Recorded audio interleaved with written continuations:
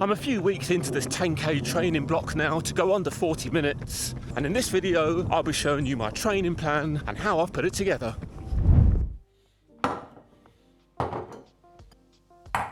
You see, pretty much all training plans are made up of three core ingredients. First of all, the volume, the amount of distance that you're running consistently each week. Secondly, the weekly long run, deliberately running the longest run of the week to improve our endurance. And then third, sessions. Some sort of speed session where you're going to be running faster than your goal race pace. The amount of emphasis that you put on each of those core ingredients will vary somewhat depending on what distance you're training for. But most importantly, the emphasis has to be individual to you, depending on what you can realistically handle. Your schedule, how long you've been running for, your experience. These will play the biggest factor in what you can realistically do. So for me, I've just come off a marathon training block where I was prioritising volume and the long runs over the speed sessions. I was peaking at 90 to 100 kilometres per week, and the long runs were in the region of 30 plus kilometres. But for 10k training, I want to put more emphasis on the speed sessions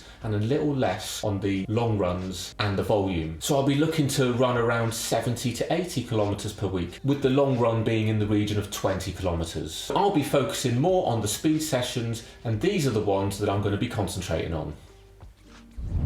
The first one being 400 metre repeats with a 200 metre jog recovery. I'm going to start off with doing just 9 of these. First 3 at goal 10k pace, next 3 at goal 5k pace, and then the last 3 even faster. That's what I ended up doing on week 1. It was quite hard work, but I'm just easing gently into the speed work. Of course, you could always tweak that to 12 times 400 or even 15 times 400. So next we have pyramid sessions. These are great for running fast and practicing changing gears. This one starts with a 200 metre interval. You increase it by 200 metres every interval until you get up to a kilometre, and then come back down the other side of the pyramid, reducing each interval by 200 metres. For the recovery between intervals, you could do exactly the same distance you've just run in the previous interval. You could do half the distance. You could do 3/4 of the distance. Obviously, the shorter the interval, the faster you go. I ended up doing this a couple of weeks ago. The 600 metre interval was at my goal 5k pace, the 800 metre interval was at my goal 10k pace, and the kilometre interval at my threshold pace. Then you've got the cut-down style workout, where you gradually increase the paces but make the intervals smaller as you progress throughout the session. This one here, 5 minutes at threshold pace with a 2-minute recovery, then 4 times 3 minutes at your goal 10k pace with 90-second recovery, and then finally 4 times 1 minute at goal 5k pace off a 60-second recovery.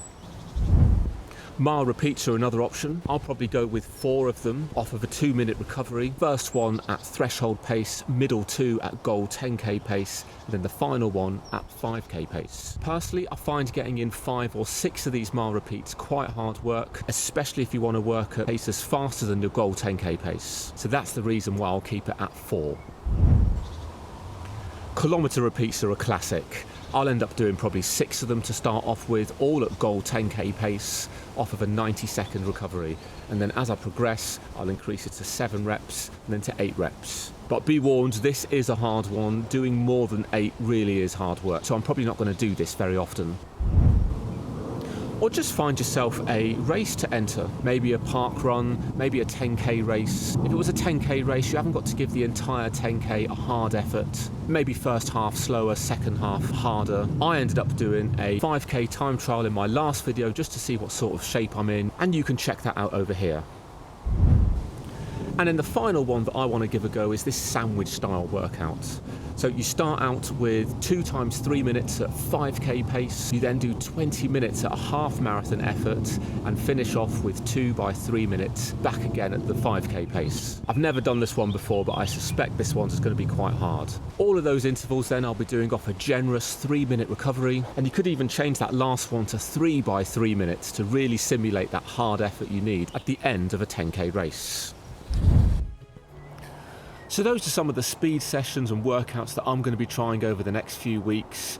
Do let me know down in the comments below, what are some of your favourite speed sessions? Right, that covers one of the core ingredients. Let's cover one more. The weekly long run is the other core ingredient that's part of this. I'll end up doing about 20 kilometers as my long run. I'm not a fan of the slow long distance run, so I'll be doing the long run workouts where maybe I'll do a fast finish, fast final 5k at tempo pace, final 8k progression, something like that. Or the other type will just be a steady long run, something a bit quicker than easy pace, but a bit slower than marathon pace. And I think for me that's going to work out at about 4 minutes 40 to 4 minutes 50 per kilometre pace. Right, so putting it all together, this is what it looks like. It's going to be 8 weeks long, and I'm going to be running 5 times a week. So we'll do one weekly speed session. Here are the speed sessions. Week 1, 400 metre repeats. Week 2, the cut down session. Week 3, the pyramid session. Week 4, the kilometre repeats. Week 5 will be the mile repeats. Week 6, a race or a time trial. Then the sandwich workout. Then the actual race itself.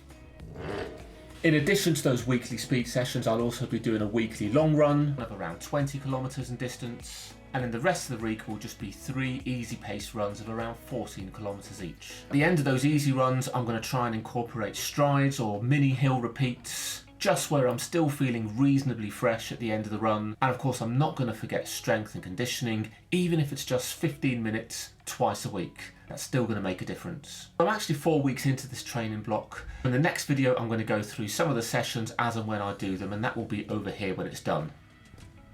So I hope you found that useful, and I'll see you in the next one.